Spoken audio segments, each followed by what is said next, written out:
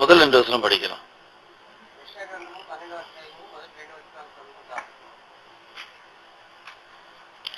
அக்காலத்திலே நீ சேர்ந்து படிக்கலாம்.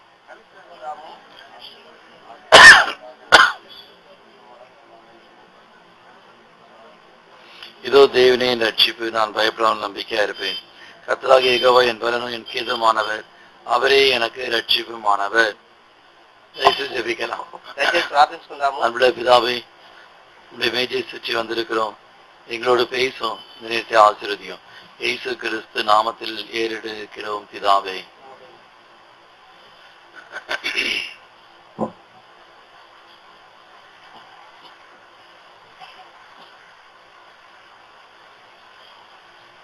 இந்த மேஜர்ல வரும்போது நடந்த காரியம், பிறகு நடக்கிற காரியம், வரப்போகிற காரியம் 3 இருக்கிறது. మరి ఈ బల్లకు మనం సమీపించినప్పుడు మరి నడిచిన ముందు జరిగిన కార్యము, జరుగుతున్న కార్యము, జరగబోయే కార్యం. இந்த 3 காரியங்கள்ல நாம தேவனை துதிக்கிறதும், தேவனுக்கு நன்றி செலுத்துவதும், நம்மை தகுதியாய் ஒப்பு கொடுப்பதும், ఎదుర్பார்த்து கொண்டிருப்பதும் அவசியம். మరి ఈ 3 కార్యములలో మనం దేవుని స్తుతించేది, మరి ఆ దేవుని స్తుతించే కార్యములో మనం దేవునికి కృతజ్ఞతలు చెల్లించేది, ఆ కృతజ్ఞతలు చెల్లించిన కార్యములో మనం ఎదురు చూసే కార్యం ఉండేది అవసరము. தகுதியா இருப்பது, మనం ఆ పాత్రలుగా ఉండేది. இங்க நம்ம பார்க்கிற சுருக்கமா தான் பார்க்க போறோம். మనం క్లుప్తంగా చూడబోతున్నాము. தேவனுடைய கோபத்தை பற்றி இங்கே சொல்கிறார். ఇక్కడ దేవుని కోపాన్ని గురించి చెబుతున్నాడు. இது ஏற்கனவே இருந்த ஒரு காரியம். ఇది ఇంతకు ముందుగా ఉన్న కార్యము. இந்த தேவனுடைய கோபத்தை பற்றி சொல்லுகிற அவர், தேவனுடைய கோபம் நீங்கிட்டு அதுவும் முடிந்த காரியம். మరి ఆ దేవుని కోపాన్ని గురించి చెబుతున్న ఆయన, దేవుని కోపము చల్లారెను అని చెప్పే ఆ కార్యం కూడా ముగింపడింది. யாருக்கு? ఎవరికి? யார் யார் இயேசுவை ஏற்றுக்கொண்டார்களோ அவர்கள் தேவனுடைய கோபத்திலிருந்து அங்கே கடந்து வந்து விட்டார்கள். ఎవరెవరు యేసు ప్రభువును అంగీకరించుంటున్నారో వారు దేవుని కోపముల నుండి దాటి వచ్చింటున్నారు. யோவான் எழுதின சுவிசேஷம் యోహాను సువార్త 3వ అధ్యాయం. யோவான் 3. యోహాను సువార్త 3వ అధ్యాయం. யோவான் 3. యోహాను సువార్త 3వ అధ్యాయం 36. 36వ వచనం. யோவான் 3:36. యోహాను సువార్త 3వ అధ్యాయము 36వ వచనము. சேர்ந்து కలిసి చదువుకుందాం. குமாரனிடத்தில் விசுவாசமா இருக்கிறவன் நித்திய ஜீவனுடையவனா இருக்கிறான். குமாரனை விசுவாசன ஜீவனை காண்பதில்லை, தேவனுடைய கோபம் அண்மையிலே இருக்கும் என்றான். இயேசு கிறிஸ்துவினிடத்திலே விசுவாசமா இருக்கிறவர்கள் நித்திய ஜீவனை பெற்றுக் கொள்கிறார்கள். యేసుక్రీస్తు ప్రభువునందు విశ్వాసం ఉంచేవారు నిత్య జీవమును పొందుతున్నారు. தேவனுடைய கோபத்திலிருந்து தேவனுடைய அன்பிலே வருகிறார்கள். దేవుని కోపము నుండి దేవుని ప్రేమలోనికి వస్తున్నారు. இது முக்கியமான ஒரு காரியம். ఇది ముఖ్యమైన ఒక కార్యము. பிரேமா, உனக்கு என்ன வேணும்? பிஸ்கட்டா? உட்கார, இதெல்லாம் கெட்ட பழக்கம். 2 போடு. உட்கார்றா. சாப்பிட்டு தானே வந்தான். வீட்டுல பிஸ்கட் வாங்கி கொடுக்கறது, அதை வாங்கி கொடுக்கறது, போரா வாங்கி கொடுக்கறது, இதெல்லாம் கெட்ட பழக்கம். உட்கார்றா. சபரி உட்காரு. இப்ப சாப்பிடலாம், உட்காரு. அப்ப நல்லா சாப்பிடு. இல்ல சாப்பிட்டு மீதி. இப்ப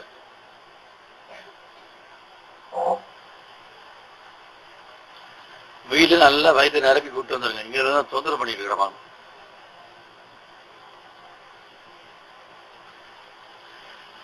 இது முடிந்த ஒரு காரியம். இயேசு கிறிஸ்துவை ஏற்றுக்கொண்டவர்களுக்கு தேவனுடைய கோபத்திலிருந்து தப்புகிறது. మరి ఒక ముగింపబడిన కార్యము, యేసుక్రీస్తు ప్రభువును అంగీకరించిన వారు దేవుని కోపం నుండి తప్పించబడేది. இயேசுவை ஏற்றுக்கொள்ளவில்லை என்றால் தேவனுடைய கோபத்திலே இருக்கிறாய் நீ. మరి యేసు ప్రభువును అంగీకరించలేదంటే దేవుని ఉగ్రతలో నిలిచింటున్నావు. தேவனுடைய கோபத்தில் இருக்கிறது என்ன பயங்கரமான ஒரு காரியம். దేవుని కోపంలో నిలిచి ఉండేది ఎంత భయంకరమైన కార్యము. இது ஒரு எச்சரிக்கை. ఇది ఒక హెచ్చరిక.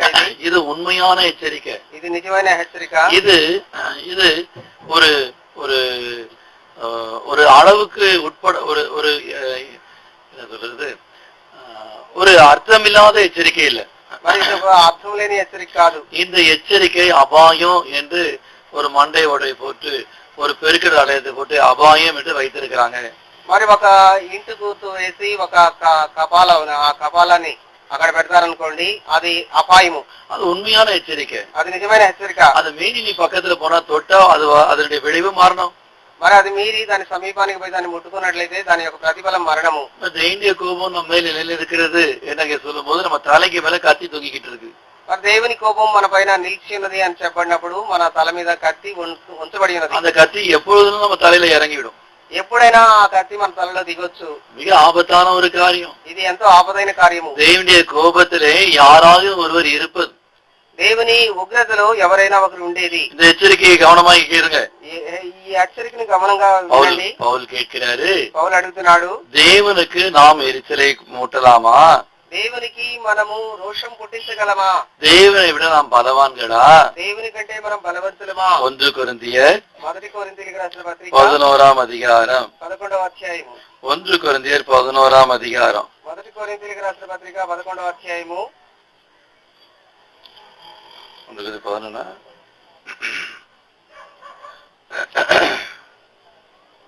சாரி 10:22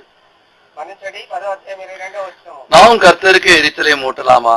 அவரிலும் நாம் பலவான்களா? మనం ప్రభువునకు రోషం పుట్టించుదమా? ఆయన కంటే మనం బలవంతులమా? தேவனுக்கு கோபத்தை உண்டு பண்ணி தப்பிக்கொள்கிறது யார்? దేవునికి కోపాన్ని కలిగించి దానిలో నుండి తప్పింపబడేది ఎవరు? தேவனுடைய கோபத்துக்கு ஒருவரும் தப்ப முடியாது. దేవుని కోపంలో నుండి ఎవరు తప్పించుకోలేరు. நீங்கள் நானும் இந்த நேரத்துல ஆராய்ந்து பார்க்கணும். அக்காலத்திலே நீர் கோபமா இருந்தீர், உங்களுடைய கோபம் நீங்கிற்று. మరి ఈ సమయంలో మనం తెలుసుకోవాలి, ఆ దినమున మీరు ఇలాగందరూ ఇలాగనందరూ నీవు నాకవైన కోపపడితివి, నీ కోపం చల్లారిను. உம்முடைய அக்காலத்திலே நீர் என் மேல் கோபமாய் இருந்தீர், ఆ కాలమందు నీవు నా పైన కోపం కలిగి ఉంటివి, கோபம் நீங்கிற்று. నీ కోపం చల్లారిను. இது நடந்து முடிந்த ஒரு காரியம். ఇది జరిగి ముగించబడిన కార్యము. மறுபடியும் பாருங்க, మళ్ళా చూడండి, ஏசாயா యెషయా గ్రంథము 12వ అధ్యాయం 12వ అధ్యాయము முதல் வசனம், మొదటి వచనము, நீர் என்னை தேற்றுகிறீர். నీవు నన్ను ఆదరించితివి. இது நடந்து கொண்டிருக்கிற காலம். ఇది జరుగుతూ ఉన్న కాలం. தேவனுடைய கோபத்தை விட்டு யார் யார் நீங்கினார்களோ, దేవుని కోపము నుండి ఎవరెవరు తప్పింపబడినారో அவங்க எல்லாரும் தேற்றப்படுகிறாங்க. వారందరూ ఆదరింపబడుతున్నారు. எப்படி தேற்றப்படுகிறாங்க? ఎట్లా ఆదరింపబడుతున్నారు? பரிசுத்த ஆவியினால, పరిశుద్ధ ఆత్మ చేత, தேவனுடைய வசனத்தினால.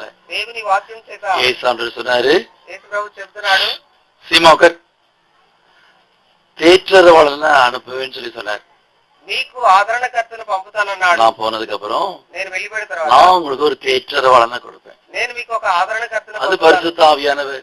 అది పరిశుద్ధ ఆత్మ. 1 தெசலோனிக்கேயர் 4వ அதிகாரத்துல మొదటి తెస్సలోనికీయులకు 4వ అధ్యాయంలో இந்த వార్తయినాலே ஒருவர் தேற்றுங்கன்னு சொல்றாரு. మరి ఈ మాటల ద్వారా మీరు ఒకరినొకరు ఆదరించుకొనుడి అని చెబుతున్నాడు. அவருடைய வசனத்தினால தேற்றப்படுகிறது. మరి ఆయన వాక్యం ద్వారా మనం ఆదరింపబడి. ஏசாயா 66:13 యెషయా గ్రంథం 66:13 ஒருவனை அவன் தாய் தேற்றுவது போல் நான் உங்களை தேற்றுவேன். ఒకరి తల్లి వారిని ఆదరించినట్లు నేను మిమ్మల్ని ఆదరించును. நீங்கள் எருசலேமிலே தேற்றப்படுவீர்கள். మీరు యెరూషలేములో ఆదరింపబడుదురు. அதுதான் சபைக்கு வேலைக்கு போனா கூட சீக்கிரம் சபைக்கு வான்னு சொல்றது, வீட்டுல உட்கார்ந்து தூங்காதன்றது. మరి అందుకే పనికి పోయినా కూడా నీవు సంఘానికి రమ్మని చెప్పేది, ఇంట్లో కూర్చొని నిద్రపోకు అని నిద్రపోతూ ఉండగాకమని చెప్పేది. ஆமா, உங்க வேலை முக்கியம் இல்ல, ஆண்டோடைய வீடு தான் முக்கியம். మరి మీ పని ముఖ్యం కాదు కానీ ప్రభు ఇల్లే ముఖ్యము. உனக்கு தேற்றப்பட மாட்டே, నీవు ఆదరింపబడవు. செல் அவசியம் தான், சார்ஜ் பண்ணாம எங்க அதை வச்சு பேசுறது? మరి సెల్ అవసరమే, దానికి ఛార్జ్ లేకుంటే ఎక్కడ మాట్లాడగలవు? உனக்கு சார்ஜ் இங்க, మరి నీకు ఛార్జ్ చేసేది ఇక్కడ தேவனுடைய வீட்டுல. దేవుని ఇంట్లో. வீட்டுல உட்கார்ந்து தூங்கிட்டு இருக்காத, உட்காரு பாப்பா. దేవుని ఇంట్లో కూర్చొని నిద్రపోకు.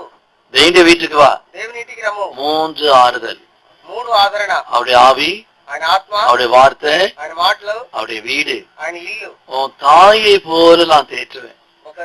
నీ తల్లి వలె నేను ఆదరిస్తాను. உங்க அம்மா தேற்றுறது கொஞ்சம், நான் தேற்றுறது எப்பொழுதும். మరి నీ తల్లి ఆదరించేది కొంతసేపు, నేను ఎల్లప్పుడూ ఆదరిస్తాను. அப்ப இப்ப நீ சொல்லலாம், தேவனை தேற்றுகிறார்.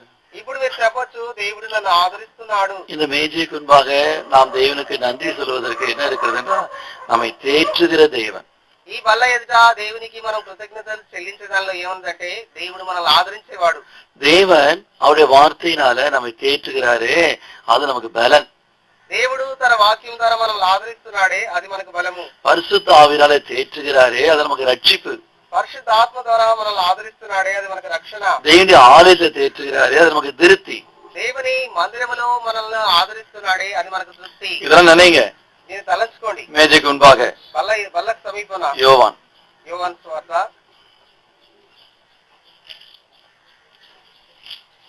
యోహాను సువార్త 14. 14వ అధ్యాయం. யோவான் 14. యోహాను సువార్త 14వ అధ్యాయం 16 వచనం. 16వ వచనము. படிமா.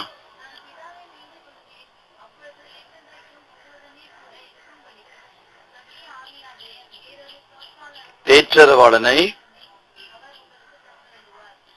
இயேசு கிறிஸ்து பிதாவை வேண்டிக் கொள்கிறார். యేసుక్రీస్తు తండ్రిని వేడుకుంటున్నాడు.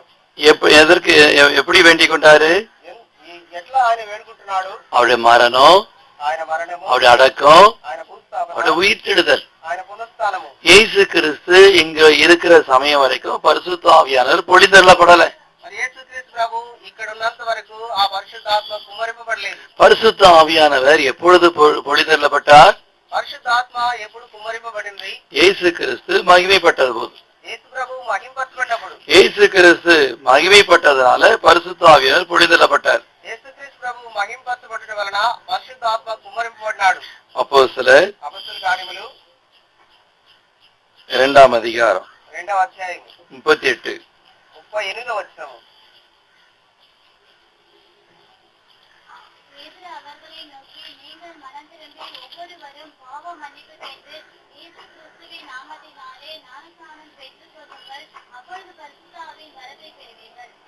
இந்த வசனம் கண்டுபிடிக்கிறீங்களா? அவர் இன்னும் மகிமைப்படாதனால பரிசுத்த ஆவியானவர் பொழிந்தருளப்படல. யோவான்ல தான் அவர் மகிமைப்படாததுனால பரிசுத்த ஆவியானவர் பொழிந்தருளப்படல. எங்க வருது பாருங்க.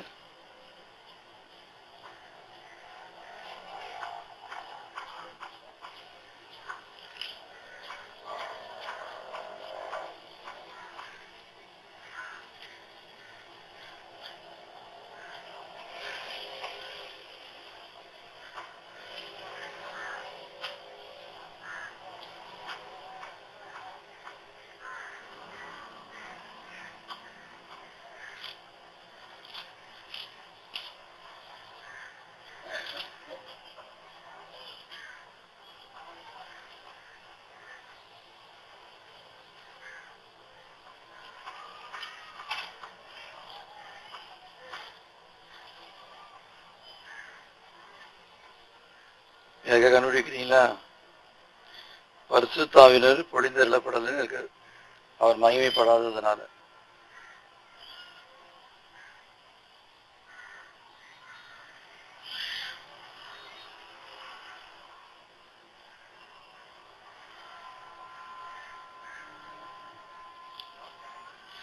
ஏழு 39.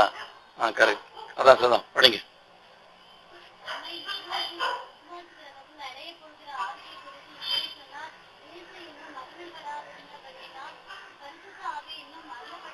இயேசுவானவர் மகிமைப்படல, அதனால பரிசுத்த ஆவியானவர் கொடுக்கப்படல. இதை தெரிந்து கொள்ளுங்க. அப்போஸ்தலர் 2వ அதிகாரம் 33. அப்போஸ்தலர் 2:33 சேர்ந்து அவர் தேவனுடைய வலதுகரத்தினாலே உயர்த்தப்பட்டு பிதா அருளிய வாக்குத்தத்தத்தின்படி பரிசுத்த ஆவியை பெற்று நீங்கள் இப்பொழுது காண்கிறதும் கேட்கிறதும் அதை பொழிந்தருளினார். எப்ப பரிசுத்த ஆவி பொழிந்தருளப்பட்டாரு? குமாரன் இயேசு பிதாவாகிய தேவனால அவருடைய வலதுகரத்தினால உயர்த்தப்பட்டார். కుమారుడైన క్రీస్తు తండ్రి అయిన దేవుని చేత ఆయన కుడి హస్తం చేత హెచ్చింపబడ్డాడు. வலது பாரசத்தில் உட்காருகிறார். ఆయన కుడి పార్శ్వన కూర్చుంటున్నాడు. எப்படி உட்கார்ந்த பிறகு కూర్చున్న తర్వాత இயேசு கிறிஸ்து என்ன செய்கிறாரு? యేసుక్రీస్తు ఏం చేస్తున్నాడు? அவர் ஜெபிக்கிறார். ఆయన ప్రార్థిస్తున్నాడు. எப்படி ஜெபித்தாரு? ఎట్లా ప్రార్థిస్తున్నాడు? அவருடைய மரணம், அவருடைய அடக்கம், அவருடைய உயிர்த்தெழுதல்னால. ఆయన మరణము, ఆయన భూస్థాపన, ఆయన పునరుత్థానం அது மகிமை. ఆయన మహిమ. அது பிதாவை மகிமைப்படுத்தின மகிமை. అది తండ్రిని మహిమపరిచిన మహిమ. எப்படி மகிமைப்படுத்தினாரு? ఎట్లా మహిమపరిచాడు? தேவனுடைய சித்தத்தை நிறைவேற்றினார். దేవుని చిత్తము నెరవేర్చినాడు. குமாரன் தன்னுடைய தகப்பனை தேவனுடைய சித்தத்தை நிறைவேற்றி மகிமைப்படுத்தினார். కుమారుడు తన తండ్రి చిత్తాన్ని నెరవేర్చి మహిమపరిచినాడు. மகன் தகப்பனை எப்படி புகழ்ச்சிக்கு கொண்டு வந்தாரு? కుమారుడు తండ్రిని ఏ విధంగా కీర్తిలోనికి తెచ్చినాడు? மகிமைக்கு கொண்டு வந்தாரு. మహిమలోనికి తెచ్చినాడు. చెప్తున్నాడు, எப்படி என் மகனால நான் மகிமைப்பட முடியும்? ఎట్లా నా కుమారుని వలన నేను మహింపరచబడతాను, எப்படி என் மகனால எனக்கு புகழ்ச்சி வரும்? ఎట్లా నా కుమారుని వలన నాకు కీర్తి కలుగుతుంది, எப்படி என் மகனால கீர்த்தி வரும்? ఎట్లా నా కుమారుని వల్ల కీర్తి వస్తుంది. அவன் எனக்கு கீழ்ப்படிஞ்சான். అతను నాకు లోబడ్డాడు. தேவாதி தேவன் இயேசு ஆண்டவர் பரலோக பிதாவுக்கு கீழ்ப்படிந்தார். దేవాది దేవుడు యేసు ప్రభు పరలోకపు తండ్రికి లోబడ్డాడు. கீழ்ப்படிந்து தேவனுடைய விருப்பத்தை நிறைவேற்றி தேவன பிதாவை மகிமைப்படுத்துகிறார். మరి లోబడి దేవుని చిత్తమును నెరవేర్చి తండ్రిని మహింపరుస్తున్నాడు. தனக்கு கீழ்ப்படிந்தாரே, తనకు లోబడినాడే, தன்னுடைய விருப்பத்தை நிறைவேற்றினாரே, తన ఇష్టాన్ని నెరవేర్చినాడే, அப்படிப்பட்ட மகனை பாடுகளின் மூலமாக மகிமைப்படுத்துகிறார். అటువంటి కుమారుని శ్రమల ద్వారా మహింపరుస్తున్నాడు. அவருடைய சிலுவையின் கிரியையினால, ఆయన శిలువ క్రియ ద్వారా, அவருடைய மரண அடக்கம் உயிர்த்தெழுதினால ఆయన మరణ భూస్థాపన పునరుత్థానం వలన அப்படிப்பட்ட மகன் ஜெபிக்கிறார். అటువంటి కుమారుడు ప్రార్థిస్తున్నాడు. யோவான் எழுதின சுவிசேஷம் యోహాను సువార్త 16ஆம் அதிகாரம் 16వ అధ్యాయము 7ஆம் வசனம் 7వ వచనము சேர்ந்து, కలిసి చదువుకుందాం. நான் உங்களுக்கு உண்மையை சொல்லுகிறேன், நான் போகிறது உங்களுக்கு பிரயோஜனமா இருக்கும். நான் போகாதிருந்தால் தேற்றவாளன் உங்களிடத்தில் வரார். நான் போவேனே ஆகில் அவரை உங்களிடத்திற்கு அனுப்புவேன். 14ஆம் அதிகாரம் 14వ అధ్యాయము யோவான் 14ஆம் அதிகாரம் యోహాను సువార్త 14వ 16ஆம் வசனம் 16వ వచనము சேர்ந்து, కలిసి చదువుకుందాం. நான் பிதாவை வேண்டிக் கொள்வேன், அப்பொழுது என்றென்றைக்கும் உங்களுடனே கூட இருக்கும்படிக்கு சத்திய ஆவியாக வேறொரு தேற்றவாளனை அவர் உங்களுக்கு தந்தருளுவார். இப்ப கவனிங்க, గమనించండి, நான் போவேன், నేను పోతాను, நான் போய் உங்களுக்கு அனுப்புவேன். నేను పోయిన తర్వాత మీకు పంపుతాను. எப்படி போனாரு ఎట్లా పోయినాడు? சொல்லுங்க. நான் போகிறேன், எப்படி போனாரு? మరి నేను పోతున్నాను అని చెప్తున్నాడు, ఆయన ఎట్లా పోయినాడు? சொல்லுங்கம்மா, எப்படி போனாங்க ஏசப்பா?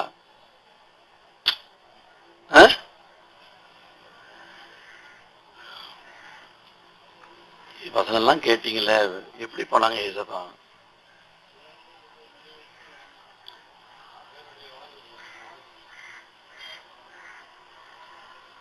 நான் போகிறேன்னு சொன்னாரு. చెప్పయ్యా. నేను వెళ్ళిపోతున్నానని చెప్పినాడు. போனவர் పోయినాయన எலியா மாதிரி போனாரா? ఎలియా వలే పోయినాడా? ஏனோக்கு மாதிரி போனாரா? ఆనోకు వలే పోయినాడా? எப்படி போனாரு? ఎట్లా పోయినాడు? பாடுகள் மூலமா போனாரு. శ్రమల ద్వారా. என்ன பாடுபட்டாரு? ఏం శ్రమ పొందినాడు? அவருடைய மரணம், ఆయన మరణము, மரணம் அடக்கம் உயிர்த்தெழுதல், இப்படித்தான் ஏசாண்டர் போனாரு. మరణము, భూస్థాపన, పునరుత్థానం, ఈ విధంగానే యేసు ప్రభు పోయినాడు. ஜெபிக்கிறார், ప్రార్థిస్తున్నాడు. பிதாவே తండ్రి, உம்முடைய சித்தத்தை நிறைவேற்றினேன். మీ చిత్తాన్ని నెరవేర్చినాను. பிதாவே, తండ్రి, மாசற்ற குற்றமற்ற கலகமற்ற ரத்தத்தை பாருங்க. నిష్కలంకమైన, నిర్దోషమైన, పరిశుద్ధమైన రక్తాన్ని చూడండి. பிதாவே, తండ్రి, உம்முடைய சித்தத்துக்கு ஒப்பு கொடுத்தேன் இந்த சரீரத்துல. మీ చిత్తానికి అప్పగించుకున్నానే ఈ శరీరము, ஆவியாத்துமா, ఆత్మ, ప్రాణము, இந்த பலியை பாருங்க. ఈ బలిని చూడండి. இது பரிசுத்த பலி, ఇది పరిశుద్ధమైన இது బలి, பூர்ண பலி. ఇది పరిపూర్ణమైన బలి. பிதா பார்க்கிறாரு, తండ్రి చూస్తున్నాడు. பூர்ண பலியை பார்க்கிறாரு, పూర్ణ బలిని, பரிசுத்த பலியை பார்க்கிறாரு, பரிசுத்த ரத்தத்தை பார்க்கிறாரு, పరిశుద్ధమైన రక్తాన్ని చూస్తున్నాడు. தன்னுடைய மகன் பரிந்து பேசுகிறத பார்க்கிறாரு. తన కుమారుడు విజ్ఞాపన చేస్తున్నది చూస్తున్నాడు. பரிசுத்த பலி, பரிசுத்த ரத்தம், பரிசுத்த பிரார்த்தனை. పరిశుద్ధమైన బలి, పరిశుద్ధమైన రక్తము, పరిశుద్ధమైన ప్రార్థన. என்ன? ఏమది? பிதாவே இவர்களுக்கு மன்னியும். తండ్రి వీరిని క్షమించండి. இந்த ரத்தத்தை பாருங்க, ఈ రక్తాన్ని இந்த చూడండి. பலியை பாருங்க, బలిని చూడండి. என் ஜெபத்தை கேளுங்க. నా ప్రార్థనను వినండి. கேட்டார். విన్నాడు. பரலோகத்திலிருந்து பரிசுத்தாவியை பொழிந்தள்ளினார். పరలోకం నుండి పరిశుద్ధాత్మను అనుగ్రహించినాడు, కుమ్మరించినాడు. இந்த பரிசுத்த ஆவியானவர் தேவகுமாரன் இயேசுவினுடைய மரண அடக்கம் உயிர்த்தெழுதலினாலே, அவர் தேவனை மகிமைப்படுத்தினாலே, பிதாவாகிய தேவன் தன்னுடைய மகனை மகிமைப்படுத்தினாலே அவர் பொழிந்தருளப்பட்டார். మరి ఈ పరిశుద్ధాత్మ అనేది తన కుమారుడైన యేసుక్రీస్తు లోబడి, ఆయన మరణించి పాతిపెట్టబడి పునరుత్థానుడైనందువలన తన కుమారుడిని తండ్రి మహింపరిచినాడే. అందువలన ఆయన ఈ పరిశుద్ధాత్మను కుమ్మరించినాడు. ரெண்டு காரியம் வந்து, రెండు కార్యాలు ఉన్నవి.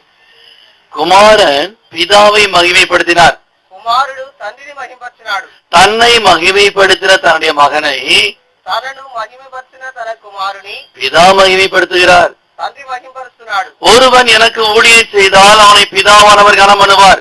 ఒకడు నన్ను సేవించిన ఎడల తండ్రి వారిని గణపరచును. தகப்பன் சொல்ற வார்த்தை, తండ్రి చెప్పిన మాటది. பிள்ளைகளாக தகப்பனுக்கு ஊழியம் செய்கிறவர்களை பிதாவானவர் தகப்பனானவர் கனம் பண்ணுவார். పిల్లలుగా తండ్రిని సేవించే వారిని తండ్రి కనపరుస్తాడు. உங்க அம்மா அப்பா உங்களுக்கு ஊழியம் செய்யறாங்களா? நீங்க உங்க அம்மா அப்பாவுக்கு ஊழியம் செய்றீங்களா? తల్లిదండ్రి మీకు సేవ చేస్తున్నారా లేక మీరు తల్లిదండ్రులకు సేవ உங்க చేస్తున్నారా? அம்மா அப்பா நீங்க வேலை வாங்குறீங்களா? வேலை வாங்கி கேள்வி கேட்கிறீங்களா? அதை ஏன் செய்யல, இது ஏன் செய்யல? எப்படிப்பட்ட எஜமானியா இருக்கிறீங்களா? ஜாக்கிரதை. మరి మీ తల్లిదండ్రుల చేత పని చేపించి అది అట్లా చేయలేదు ఇది ఇట్లా చేయలేదని మరి ప్రశ్న వేస్తున్నారా? మరి యజమానులుగా మరి జాగ్రత్త. ஒரு மகன் பிதாவை சேவிக்கிறது போல, ஒரு ஒரு ஒரு ஒரு எஜமானுக்கு ஒரு வேலைக்காரன் வேலை செய்கிறது போல, தெய்வகுமாரன் இயேசுவாண்டவர் பரலோக பிதாவுக்கு இப்படி இருக்கிறாரு. మరి ఒక తండ్రి ఒక కుమారుడు తండ్రిని సేవించిన విధముగా ఒక పనివాడు యజమానునికి పరిచర్య చేసిన విధముగా దేవాది దేవుడైన కుమారుడు ఈ విధంగా లోబడి సేవ చేస్తున్నాడు பிதாவுக்கு. తండ్రికి. அதனால பிதா தன்னுடைய மகனை மகிமைப்படுத்துகிறாரு. అందువలన తండ్రి తన కుమారుని அதுல మహిమపరుస్తున్నాడు. அவருடைய விருப்பம் இருக்கு. దానిలో ఆయన ఇష్టం ఉన్నది. அப்பா ஏன் விருப்பம் இல்ல? తండ్రి నా ఇష్టం కాదు, உங்க விருப்பம். మీ ఇష్టమే. நான் சொல்றது இல்ல, నేను చెప్పింది కాదు, நீங்க சொல்றது. మీరు చెప్పినదే. என்னுடைய சித்தம் இல்ல, నా చిత్తం కాదు, உங்க சித்தம். మీ చిత్తమే. என்னுடைய மகிமை இல்ல, నా మహిమ కాదు, உங்க மகிமை. మీ మహిమే. இது இயேசு ஆண்டவர். ఇది యేసు ప్రభు. இயேசு ஆண்டவர் தன்னுடைய பிதாவினாலே இப்படிப்பட்ட செயலினாலே மகிமைப்படுத்தப்பட்டார். యేసు ప్రభు తన తండ్రి వలన ఇటువంటి క్రియల వలన మహిమపరచబడినాడు. இப்படி செய்த மகனை பிதா மகிமைப்படுத்துகிறார். ఈ విధంగా చేసిన కుమారుని తండ్రి మహిమపరచున్నాడు. அவர் ஜெபித்தா கேட்பாரா, கேட்க மாட்டாரா? ఆయన ప్రార్థిస్తే వింటాడా వినడా? ரத்தத்தை பார்த்து, రక్తాన్ని చూసి, பலியை பார்த்து, బలిని చూసి, அவருடைய அர்ப்பணிப்பை பார்த்து ఆయన అర్పణను చూసి 50வது நாள் பரிசுத்தாவியை பொழிந்தருளினார். 50వ దినాన పరిశుద్ధాత్మను కుమ్మరించినాడు. குமாரன் மகிமைப்பட்டதினாலே. కుమారుడు మహింపరచబడిన అందువలన. இந்த సత్యத்தை మறந்து పోகாதீங்க.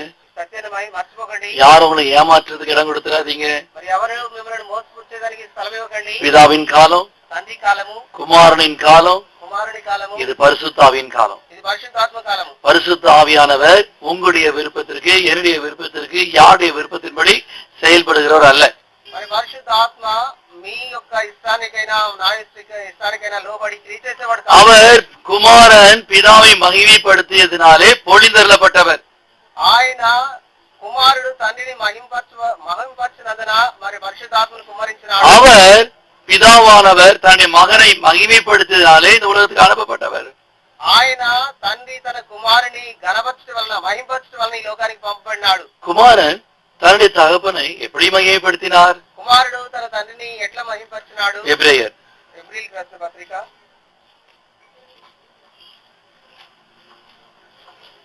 இதை புரிந்து கொள்ளலைன்னா அப்புறம் மறுபடியும் கேளுங்க. 5ஆம் அதிகாரம் లేదంటే మళ్ళీ అడగండి.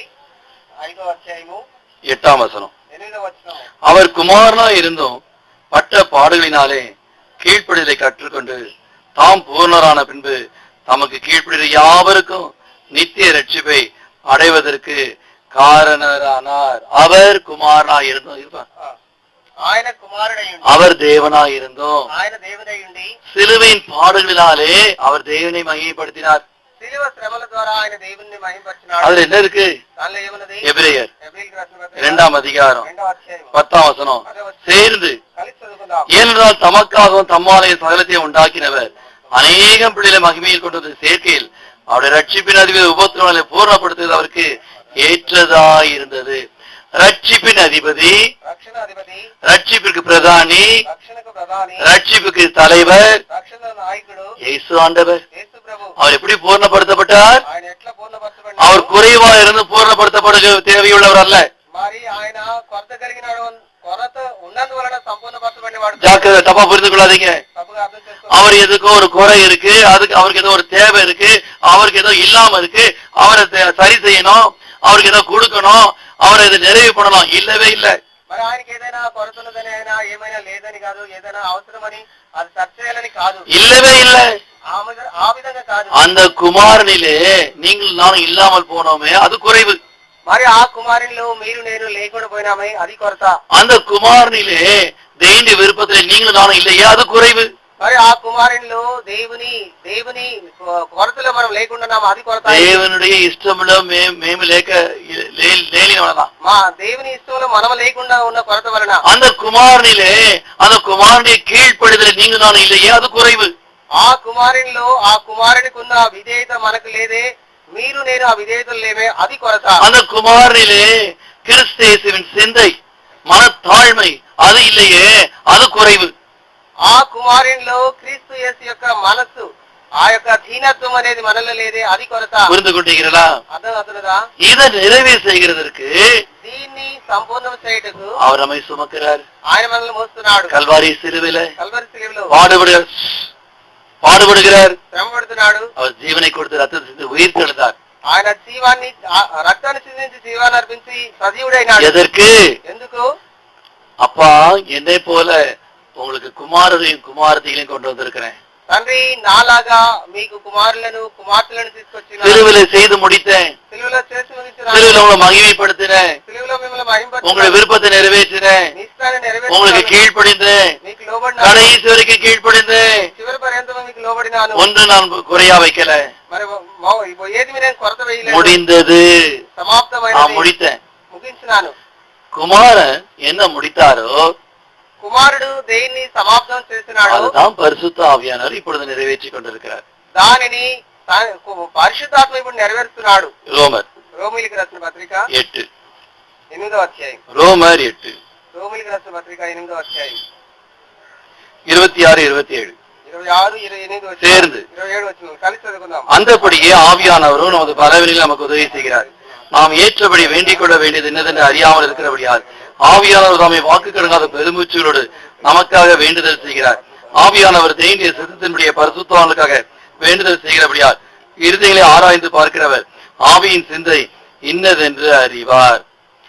பரிசுத்த ஆவியினால தேற்றப்படுகிறோம் என்று வாசித்தோம் இல்லையா? పరిశుద్ధాత్మ చేత మనం ఆదరింపబడుతున్నామని చదివినాం కదా. எப்படி? ఎట్లా?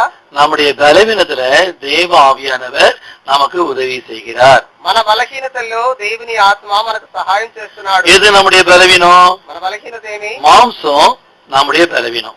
శరీరము మన బలహీనత. மாம்சத்தினுடைய பேசுகிறது பலவீனம். శరీర ప్రకారం మాట్లాడేది బలహీనత. மாம்சத்தினுடைய செய்கிறது நம்முடைய பலவீனம். శరీర రీతిగా చేసేది మన బలహీనత. மாம்சத்தினுடைய நினைக்கிறது பலவீனம். శరీర రీతిగా మనం తలంచేది మన బలహీనత. மாம்சத்தினுடைய பார்க்கிறது பலவீனம். శరీర రీతిగా చూసేది బలహీనత. மாம்சத்தினுடைய கேட்கிறது பலவீனம். శరీరానుసారంగా వినేది బలహీనత. மாம்சத்துல நன்மை இல்லையே. ఈ శరీరంలో ఏ మేలు లేదే. இந்த மாம்சம் நம்ம பலவீனத்திற்கு நம்ம அழிவுக்கு நடத்துகிறது. ఈ శరీరము మనం బలహీనతలోనికి మనం నాశనంలోనికి నడిపిస్తుంది. இது ஆவியானுடைய கிரியை. இதுல என்ன?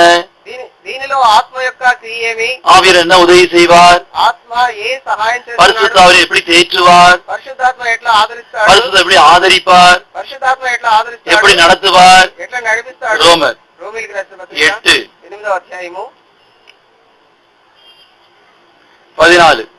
14వ వచనం. மேலும் எவர்கள் தேவனுடைய ஆவியினால் நடத்தப்படுகிறார்களோ அவருடைய தேவனுடைய புத்திரராய் இருக்கிறார்கள். దేవుని ఆత్మ చేత ఎందరూ నడిపింపబడుదురు వారందరూ దేవుని కుమారులయ్యుందురు.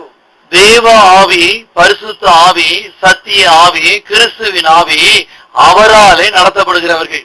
దేవుని ఆత్మ, సత్యాత్మ, క్రీస్తు ఆత్మ, ఆత్మ పవిత్ర ఆత్మ, పరిశుద్ధాత్మ ఆత్మ చేత నడిపింపబడేవారు. என்ன சீமா உட்கார், என்னை பார்த்து உட்கார், என்னை பார்த்துங்க உட்காருமா, இங்க வர இந்த பிள்ளைய பக்கத்துல வைமா, எந்திரிச்சு உட்காந்துட்டு டிஸ்டர்ப் பண்ற, அங்க போ அந்த கட்டம், இன்னும் போமா பின்னாடி போமா, அந்த பிள்ளைய கொஞ்சம் இழுத்து விட்டுமா முன்னாடி, உங்ககிட்ட போ பின்னாடி போ, அப்படிதான் உங்க என்னை தான் பார்த்துட்டு.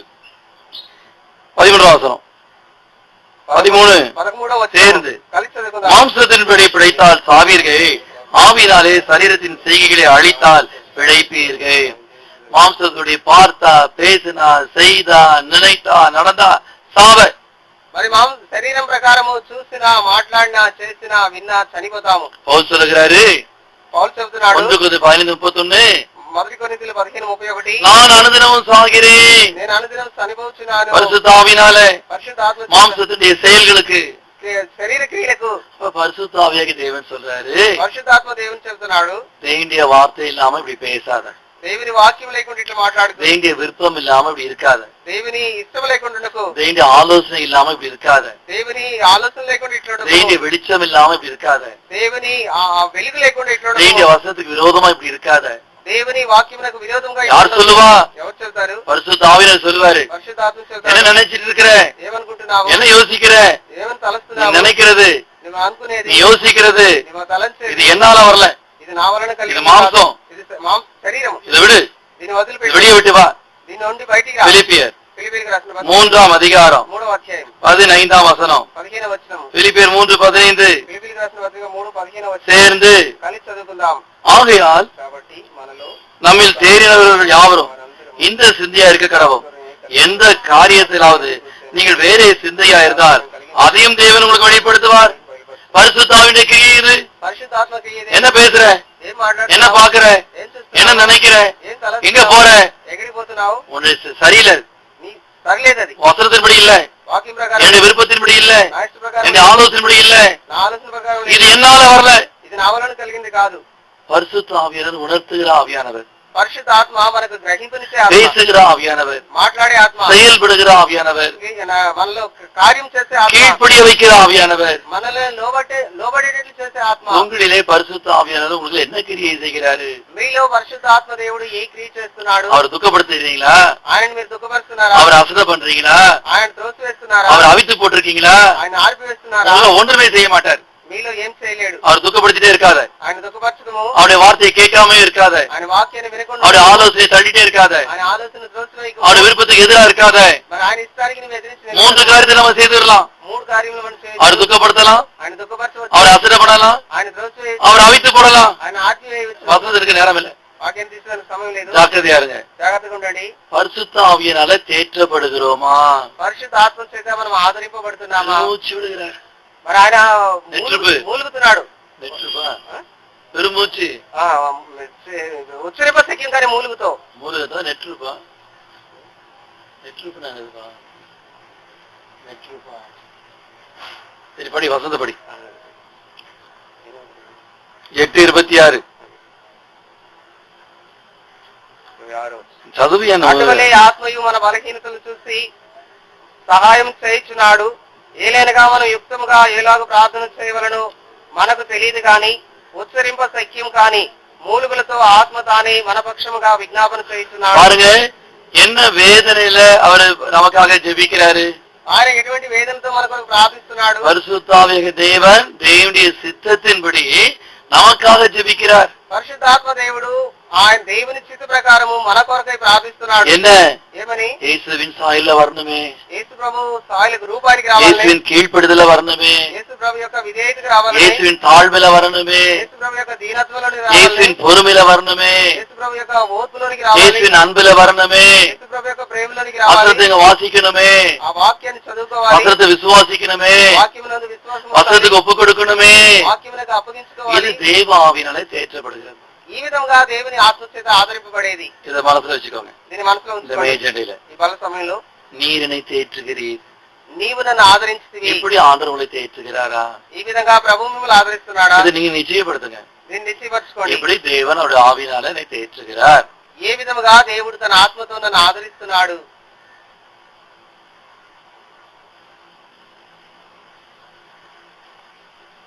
வசனம் கேட்கும் போது தயவுசெய்து எழுதி அங்க பாருங்க. என்ன வேலை இருந்தாலும் தூக்கி போட்டு ஆண்டு ஒப்பு கொடுங்க. வசனத்தையே விட்டுருவீங்க, உங்க வேலை எல்லாம் இங்க தேவையில்லை. మరి వాక్యాన్ని వినేటప్పుడు లేచి అక్కడిక్కడికి పోవద్దు. వాక్యం వినేదానికి జాగ్రత్త పడండి. ఏ పనైనా పక్కన పెట్టండి. சாத்தான் சரியான நேரத்துல தான் வெளியே தள்ளிடுவான். మరి సాతాను అనేవాడు సరైన సమయంలోనే పక్కకు తీసుకుపోతాడు. நான் உங்களுக்கு வேதனையில சொல்றேன். ஆவிக்குரிய காரியத்தை வாரத்தோடு நான் திரும்பி அங்க போறது இங்க போறது இதெல்லாம் என்னது? இது మరి ఆత్మీయ కార్యములను భారంతో చెబుతూ ఉంటే లేచి అక్కడిక్కడ తిరిగేది ఈ కార్యము. இங்க வந்தா உட்காந்து யாரும் எழுச்சி போக கூடாது. మరి ఇక్కడికి వచ్చి కూర్చున్న తర్వాత ఎవరు లేచిపోకూడదు. நான் இங்க இருக்கணும் இல்லையா, ஆண்டவர் இருக்கிறாரு, அவருக்கு பயந்துருங்க. మరి దేవుని దాసుడు ఇక్కడ ఉంటున్నాడో లేడో కానీ ప్రభు ఉంటున్నాడు, ఆయనకి భయపడాలి. கர்த்தருடைய சமூகத்துல வந்ததுக்கு அப்புறம் அங்க போறது, தண்ணி பிடிக்கிறது, பால் வாங்குறது, மோர் வாங்குறது, வெண்ணெய் வாங்குறது, இந்த வேலையை செய்யக்கூடாது. మరి ప్రభు సన్నిధికి వచ్చిన తర్వాత మీరు ఏ కార్యంలో ఆ కార్యాలని చేయకూడదు. தண்ணி பிடிக்கிற வீட்டுல பார்த்தா சாத்தானா உன்னை பிடிப்பான். మరి నీళ్లు పట్టేదానికి ఇంట్లో కూర్చుంటే సాతాను నిన్ను పట్టుకుంటుంది. ரேஷன் போறது, அதை போறது, கடைக்கு போறது, இந்த வேலையை பிசாசு வேலை இதெல்லாம் செய்யக்கூடாது. మరి అంగడికి పోయేది లేచిపోయేది ఇదంతా అపవాది పని. ఆ పని చేయకూడదు. என்ன சொன்னது உங்களுக்கே விளங்காது, அப்புறம் புரியாது, அப்புறம் உங்களுக்கு எப்படி கிடைக்காது. మరి ఏం చెబుతున్నాను అనేది మీకు అర్థం కాదు. అది అప్పుడు మీకు ఎట్లా దొరుకుతుంది? நான் சொல்றது உங்களுக்கு அற்பமா இருக்கா, இது தேவையில்லாம இருக்கா? మరి చెప్పే ఈ కార్యము అల్పంగా ఉంటున్నదా, అవసరం లేకుండా ఉంటున్నదా? இல்ல எனக்கு எல்லாம் தெரியும் சொல்லி அப்படி தேவையில்லாம நினைக்கிறீங்களா? మరి నాకు అన్ని తెలుసు అవసరం లేదనుకుంటున్నారా? நேரத்துக்கு வரணும், முழுமையா இருக்கணும், அவனுடைய வார்த்தையை ஒழுங்கா கேட்கணும். సమయానికి రావాలి, సంపూర్ణంగా ఉండాలి, దేవుని వాక్యాన్ని పూర్ణంగా వినాలి. நாம பட்ட பாடும் பட்ட நஷ்டமும் போதும், இனி இன்னொன்று வேண்டாம். మరి మనము పడిన శ్రమలు పొందిన నష్టం చాలు, మరొకటి వద్దు. அதுதான் திரும்ப திரும்ப எந்த ஒரு கதை சின்ன சின்ன கதையும் சொல்லிட்டே இருக்கிறேன். మరి అందుకే చిన్న చిన్న కార్యాలైనా మరలా చెబుతున్నాడు, இனி இனி இனி இனி இன்னொரு முறை இது நடக்க வேண்டாம். మళ్ళా ఇంకొకసారి ఇది జరగకూడదు. அதுதான் எனக்கு ரொம்ப பயமா இருக்கு. అది ఎంతో భయంగా ఉన్నది. நான் நீங்க என்ன நினைத்தாலும் சரி, நீங்க என்ன என்னை நடத்தாலும் சரி, உங்களை எச்சரிக்கிற வேலையை நான் செய்துக்கிட்டு தான் இருப்பேன். మీరు ఏ విధంగా నన్ను అనుకున్నా, ఏం చేసినా కూడా మిమ్మల్ని హెచ్చరించేదే నా పని. பரிசுத்த ஆவியாக தேவனால நாம நிச்சயப்படுத்திக்கிடணும், நாம தேற்றப்படுகிறோமா. పరిశుద్ధాత్మ దేవుని చేత మనం నిశ్చయం చేసుకోవాలి, నేను దేవుని చేత ఆదరింపబడుతున్నానా. ఫిలిప్పీయులకు రాసిన పత్రిక 4వ అధ్యాయం. ఫిలిప్పియర్ 4. ఫిలిప్పీయులకు రాసిన పత్రిక 4వ అధ్యాయం 8-9 8-9 కలిసి చదువుకుందాం. கடைசியாக சகோதரரே, உண்மையுள்ளவைகள் எவைகளோ, ஒழுக்கம் உள்ளவைகள் எவைகளோ, நீதி உள்ளவைகள் எவைகளோ, கற்புள்ளவைகள் எவைகளோ, அன்புள்ளவைகள் எவைகளோ, நற்கீர்த்தி உள்ளவைகள் எவைகளோ, புண்ணியம் எதோ புகழ் எதோ அவைகளே சிந்தித்துக் கொண்டிருங்கள். நீங்கள் இடத்தில் கற்றும் அடைந்தும் கேட்டும் கண்டும் இருக்கிறவைகள் எவைகளோ அவைகளையே செய்யுங்கள், அப்பொழுது சமாதான தேவன் உங்களோடு இருப்பார். பரிசுத்த ஆவியானவர் தேற்றுகிறாரா? పరిశుద్ధాత్మ మిమ్మల్ని ఆదరిస్తున్నాడా? தேவன் உங்களோடு கூட இருக்கிறார். దేవుడు మీతో కూడా ఉంటున్నాడు. நீங்க என்ன நினைச்சிட்டு இருப்பீங்க? మీరు ఏమనుకుంటున్నారు? சத்தியம், సత్యము, ஏசான்ற சத்தியம், நான் கூட உண்மையா இருக்கணும். యేసు ప్రభు సత్యము, నేను కూడా నమ్మకం ఉండాలి. ஏசாண்டவர்கிட்ட கிரமம் இருக்கு, அவர்கிட்ட அக்கிரமம் கிடையாது. நான் கூட கிரமத்துல இருக்கணும், ஒழுக்கத்துல இருக்கணும். మరి యేసు ప్రభు క్రమమైన వాడు, ఆయనలో అక్రమం లేదు, నేను కూడా అటువంటి క్రమంలో ఉండాలి. ஏசாண்டவர் நீதி, அவருடைய ரத்தத்தால புண்ணியமா எனக்கு நீதி கொடுத்திருக்கிறாரு, என்கிட்ட அநீதி இருக்க கூடாது. యేసు ప్రభు నీతి, ఆయన రక్తం వలన పుణ్యంతో నాకు నీతినిచ్చినాడు, నేను కూడా అన్యాయంలో ఉండకూడదు. ஏசாண்டவர் தூயாதி தூயர் பரிசுத்தர், நான் இந்த உண்மையற்ற காரியம், கற்பற்ற காரியம், ஒழுக்க நெருக்கி அப்பாற்பட்ட காரியம், அதற்கு இடம் கொடுக்க கூடாது. యేసు ప్రభు పరిశుద్ధుడైన దేవుడు, నేను కూడా అపవిత్రమైన కార్యములకు, అసహ్యమైన కార్యములకు నేను లోనవ్వకూడదు. நெறி தவறுகிற காரியம், முறை தவறுகிற காரியம், கிரமம் மீறுகிற காரியம் இடம் கொடுக்க கூடாது. మరి దారి తప్పే కార్యము, క్రమహీనమైన కార్యము, క్రమం తప్పే కార్యము స్థలం ఇవ్వకూడదు. நியமிக்கப்பட்ட உறவுக்கு மேலாக இன்னொரு உறவு இருக்கக்கூடாது. నియమింపబడిన బాంధవ్యం తప్ప మరొక బాంధవ్యం ఉండకూడదు. கற்பு, అది పవిత్రము. ஏசாண்டவர் தூயாதி தூயர், యేసు ప్రభువు పవిత్రుడైన దేవుడు. இதை நினைங்க, దీన్ని తలంచుకోండి, அதுல விரும்புங்க, దాన్ని ఇష్టపడండి. அது தேவன் உங்களோடு கூட இருக்கிறதுக்கு. దానిలో దేవుడు మీతో ఉండేదని யாரு தூண்டுகிறது? ఎవరు దీని ఈ విధంగా పురికొల్పుతున్నారు? பரிசுத்த ஆவியானவர். పరిశుద్ధాత్మ. அப்புறம் తర్వాత அன்பு. ప్రేమ. அன்பு எப்படி இருக்கிறது? ప్రేమ ఎట్లున్నది? வளருகிற அன்பு, ఎదుగుతున్న అనుభవం, நிலைத்திருக்கு. அது அப்படியே இருக்கிற அன்பு அல்ல, அது అట్లే ఉండేది కాదు. அன்பிலே தேவனோடும் தேண்டிய காரியத்திலையும், தேண்டிய வீட்டிலையும், தேண்டிய ஊழியத்திலையும், தேண்டிய ஜனங்களிடத்திலையும் வளருகிற அன்பு. మరి ఆ ప్రేమ అనేది దేవుని ఇంట్లోనూ, దేవుని ప్రజలతోనూ, దేవునితోనూ, దేవుని వాక్యంతోనూ ఎదిగే ప్రేమ. சரி, இப்படி ஒவ்வொன்றா பார்த்துக் கொள்ளலாம். ఈ విధంగా ఒక్కొక్కటి చూద్దాము. நீர் என்னை தேற்றுகிறீர். నీవు నన్ను ఆదరిస్తున్నావు. எப்படி தேற்றுகிறார்? ఆయన ఎట్లా ఆదరిస్తున్నాడు? பரிசுத்த ஆவியானவர். పరిశుద్ధాత్మ చేత. 1 మరి మొదటి తెస్సలోనికీయులు 4వ అధ్యాయంలో அவருடைய వాர்த்தையினால ఆయన మాటల ద్వారా ஒரு உதாரணம் மாத்திரம் பார்க்கலாம். ఒక ఉదాహరణ మాత్రం చూద్దాము. దానియేలు గ్రంథము. இந்த பரிசுத்த ஆவியானவரை பற்றி எடுக்கிறதை தான் நான் இந்த அளவுக்கு விளக்கினேன். தானியேலின் புத்தகம் దానియేలు గ్రంథము 10వ అధ్యాయము. படிங்க 19. யாராவது 19వ వచనాన్ని.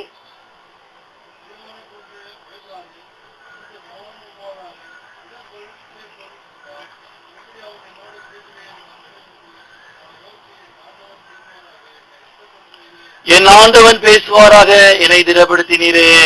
మరి నా ఏలినవాడు నీవు నాతో మాట్లాడుము, నన్ను నీవు నా ధైర్యపరిచితివి. தேவன் அவருடைய வார்த்தையினாலே நம்மை ஆறுதல் படுத்துகிறார், நம்மை திடப்படுத்துவார், நம்மை பலப்படுத்துவார். దేవుడు తన వాక్యము ద్వారా మనల్ని ఆదరిస్తాడు, మనం స్థిరపరుస్తాడు, బలపరుస్తాడు. ஏன் பைபிள் படிச்சியான்னு கேக்குறாங்க, ఎందుకు బైబిల్ చదువుకున్నావని ஏன் అడుగుతారు. குடும்பம் பண்ணியான்னு கேக்குறாங்க, ఎందుకు కుటుంబ ప్రార్థన చేసినావని ஏன் అడుగుతారు. சபைக்கு போனியா ஆண்டு வசத்தை கேட்கறத கவனமா இருன்னு சொல்றாங்க. ఎందుకు సంఘానికి పోయి దేవుని వాక్యాన్ని వినుటిలో జాగ్రత్తగా ఉండమని అడుగుతున్నారు. బలపడేదానికి, ஆறுதலை பெற, ఆదరణ పొందే, திடப்படுத்தப்பட, స్థిరపరచబడేదానికి. என் ஆண்டவன் பேசுவாராக, నా ఏలిన వాడు మాట్లాడును, என்னை பலப்படுத்துனீங்களே, మీరు నన్ను బలపరుస్తే, எனக்கு ஆறுதலை கொடுத்தீங்களே, మీరు నాకు ఆదరణ ఇస్తే, பேசுங்க, మాట్లాడండి. பேசுகிற தெய்வமே என்னோட பேசுங்க. మాట్లాడే దైవమా నాతో మాట్లాడండి. இதை அனுபவிக்கிறீங்களா? దీన్ని అనుభవిస్తున్నారా? உங்களை பரிசுத்து பாருங்க.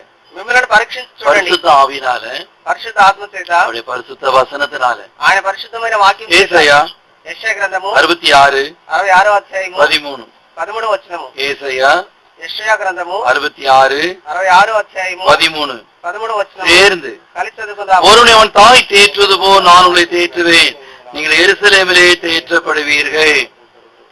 தேவனுடைய வீடு நீங்க தேற்றப்படுகிற இடம். దేవుని ఇల్లు మీరు ఆదరింపబడే స్థలము. தேவனுடைய வீடு நீங்கள் பலப்படுகிற இடம். మరి దేవుని ఇల్లు మీరు బలపరచబడే స్థలము. தேவனுடைய வீடு நீங்க வெளிச்சத்தை பெறுகிற இடம். దేవుని ఇల్లు మీరు వెలుగును పొందే స్థలం. தேவனுடைய வீடு நீங்க சமாதானத்தை பெறுகிற இடம். దేవుని ఇల్లు మీరు సమాధానాన్ని పొందే స్థలం. தேவனுடைய வீடு நீங்கள் திருப்திப்படுகிற இடம். దేవుని ఇల్లు మీరు తృప్తిపరచబడే స్థలం. தேவனுடைய வீடு தேவனுடைய நியாய தீர்ப்பை நீங்க பார்க்கிற இடம். దేవుని ఇల్లు దేవుని న్యాయ తీర్పును మీరు చూసే స్థలము. தேவனுடைய வீடு பரலோகத்துக்கு நாம் போவதற்கு ஆயத்தப்படுகிற இடம். దేవుని ఇల్లు పరలోకానికి మనం పోయేదానికి సిద్ధపరచబడే స్థలము. தேவனுடைய இடம் உங்களுக்கு எப்படிப்பட்ட இடமா இருக்கு? దేవుని ఇల్లు మీకు ఎటువంటిది ఉంటున్నది? சந்தோஷமா வரீங்களா? సంతోషంతో వస్తున్నారా? எப்போ போகலாம் அப்படி ஒரு மனசு இருக்கா? ఎప్పుడు దేవుని మందిరానికి పోదామనే అటువంటి మనసున్నదా? உங்களுக்கு அந்த வாஞ்சை இல்ல, మీకు అటువంటి ఆశ లేనట్లయితే, அப்படி நீங்க எதிர்பார்க்கல, ఆ విధంగా ఎదురు చూడలేదు అన్నట్లయితే, பிள்ளைங்க பெரியவங்க உங்ககிட்ட ஏதோ ஒரு கோளாறு இருக்கு. మరి పిల్లలైనా పెద్దవారైనా మీ దగ్గర ఏదో ఒక లోపం ఉన్నది. உங்களால தேவனுடைய வீட்டுக்கு தாண்டி வர முடியலன்னா உங்களுக்கு பலவீனம் இருக்கு. మరి మీ వలన దేవుని ఇంటికి దేవుని మందిరానికి దాటి మీరు రాలేకపోయినట్లయితే మీలో బలహీనం ఉన్నది. இந்த தடகள போட்டி அது என்னது? இந்த ரன்னிங்ல அந்த ஹர்டல் வச்சிருக்காங்கல்ல, அது என்னது? எப்படி ஓட்டத்தை ஓடணும்? ஓட்டப்பந்தயத்துல அந்த ஓட்டத்துல என்ன வச்சிருவாங்க? ஓடுற பாதையில என்ன தர வச்சிருக்காங்க? என்ன வச்சிருக்காங்க? தடுக்கிறது வச்சிருக்காங்க. ஓடுறோம் என்ன தடுக்கி விடணுமா? தாண்டி தண்ணி வந்தா தாண்டுவீங்களா? தண்ணியில உட்காந்துக்குவீங்களா? మరి నీళ్ళు వస్తే దాటుతారా లేక నీళ్ళలోనే కూర్చుంటారా? ரேஷன்ல அன்னைக்கு தான் புடவை கொடுக்குறான், தாண்டி வந்துருவீங்களா? புடவை வாங்க கடைக்கு போயிடுவீங்களா? మరి రేషన్ లో ఈ దినం చీరలు ఇస్తున్నారు, మరి దేవుని మందిరానికి వస్తారా లేక చీరలు తీసుకోవడానికి పోతారా? இனிதான் சொந்தக்காரன் வந்துருக்கான், பாலா போன சொந்தம், உருப்படாத சொந்தம், சொந்தத்துல உட்காந்துக்குவீங்களா?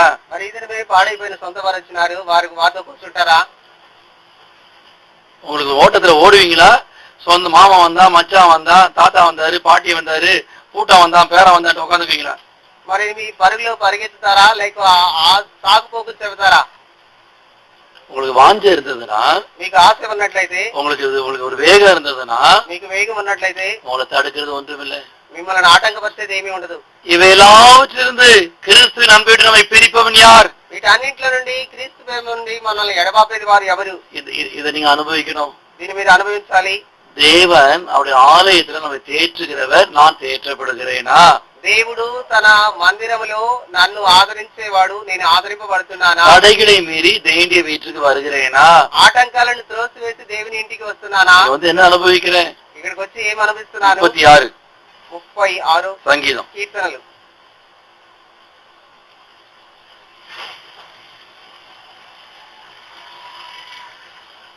சங்கீதம் 36 కీర్తనలు 36 8 9 8 9 சேர்ந்து కలిసి చదువుకుందాం. உமது ஆலயத்திலுள்ள சம்பூர்ணத்தினால் திருப்தி அடைவார்கள், உமது பேரின்மேல் அதனால் அவர்கள் தாகத்தை தீர்க்கிறீர். ஜீவ ஊற்று உம்மிடத்தில் இருக்கிறது, உங்களுடைய வெளிச்சத்திலே வெளிச்சம் காண்கிறோம். அவருடைய வீட்டுல சம்பூர்ணம், ఆయన ఇంట్లో సంతృప్తి, அவருடைய வீட்டுல பேரின்ப நதி, ఆయన ఇంట్లో ఆనంద ప్రవాహము, அவருடைய வீட்டுல வெளிச்சம், ఆయన ఇంట్లో వెలుగు, அவருடைய வீட்டுல ஜீவ ஊற்று. ఆయన ఇంట్లో జీవపు ఊట. இத்தனை காரியத்துல நீங்க அனுபவிக்கிறீங்களா? మరి ఈ కార్యములన్నీ మీరు అనుభవిస్తున్నారా? பேரின்பம், ఆనంద ప్రవాహము, நித்திய ஜீவ ஊற்று, నిత్య జీవపు ఊట, வெளிச்சம், వెలుగు, சமாதானம். సమాధానము. சாஸ்திரிங்க கிழக்குல இருந்து வந்தாங்களே, శాస్త్రులు తూర్పు దేశం தேவாலயத்திலும் பெரியவர் இடத்துல போனாங்களே, దేవాలయం కంటే గొప్పవాని చెంత పోయినారే, நித்தியமா என்றென்றைக்கும் ஆலயத்தினத்துல போனாங்களே, మరి నిత్యమైన ఎన్నటికి నిలిచి ఉండే ఆలయం చెంతకు ஆனந்த சந்தோஷம் அடைந்தாங்களே, ఆనంద భరితులైనారే, தேவனுக்கு காணிக்கை படைத்தார்களே, దేవునికి కానుక అర్పించినారే. எப்படி போனாங்க? ఎట్లా పోయినారు? வேறு வழியாய் திரும்பி போனாங்க. మరి వేరే మార్గంలో వెళ్ళిపోయినారు. அவங்களுக்கு வேற இருதயம், వేరే హృదయం వారికి, వేరే మనసు, వేరే మనసు, వేరే విருப்பம், వేరే ఇష్టము, வேறு வழி, వేరు మార్గము. வந்த வழி, வந்த விருப்பம், வந்த எண்ணம், வந்த கரியில మరి వారు వచ్చిన మార్గమైనా, వచ్చిన ఆలోచన ఇష్టమైనా లేదు, వేరే మార్గము. தேவனுடைய வீடு அவங்க ஆற்றப்பட்டதுனால, தேற்றப்பட்டதுனால இப்ப மாறிட்டாங்க. మరి దేవుని ఇంట్లో వారు ఆదరింపబడి ఆదరణ పొందుట వలన ఇప్పుడు మార్చబడినారు. உதாரணத்துக்கு எடுத்துக்கொள்ளுங்க. ఉదాహరణ తీసుకోండి. ஒரு நெருப்புல போட்டு ஒரு ஒரு ஒரு இரும்ப பழுக்க காய வைக்கிறாங்க. நெருப்பு ఒక నిప్పులో వేసి ஒரு இரும்பு ఒక ఇనుముని కాలబెడుతున్నారు. அது ஒண்ணு செக்கச்சவேன்னு இருக்கு. అది బాగా కాలి ఎర్రగా ఉంటుంది. தொடவே முடியாது. దాన్ని పట్టుకోలేము. தொட்டா சுற்றும். మరి అది పట్టుకుంటే కాలుతుంది. அந்த இரும்பை எடுத்து ఆ ఇనుముని తీసుకొని ஒரு தண்ணிக்குள்ள போடுறாங்க. నీళ్ళలో వేస్తున్నారు. அதனுடைய குணம் மாறி போயிட்டு, దాని గుణం మారిపోతున్నది. அதனுடைய சுடக்கூடிய குணம் மாறி போயிட்டு, మరి కాల్చే ఆ గుణం దానిలో నుండి அது లేకపోతుంది. தகதகன்னு உஷ்ணமா அனலா பக்கத்துல நெருங்க முடியாதபடி இருக்கு. இப்படி அதை தொடலாம்.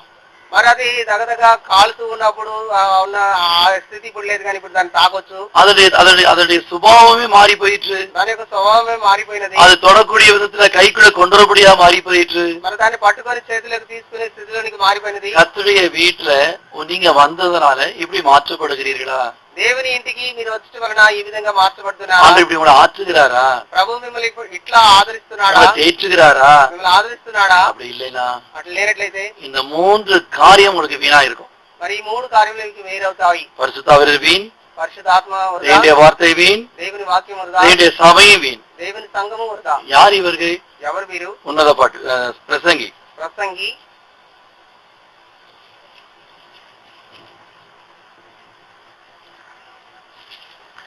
8 8వ అధ్యాయం 10 10వ వచనము. பரிசுத்த ஸ்தலத்துக்கு போக்குவரவு செய்த துன்மார்க்கர் அடக்கம் பண்ணப்பட்டதை கண்டேன்.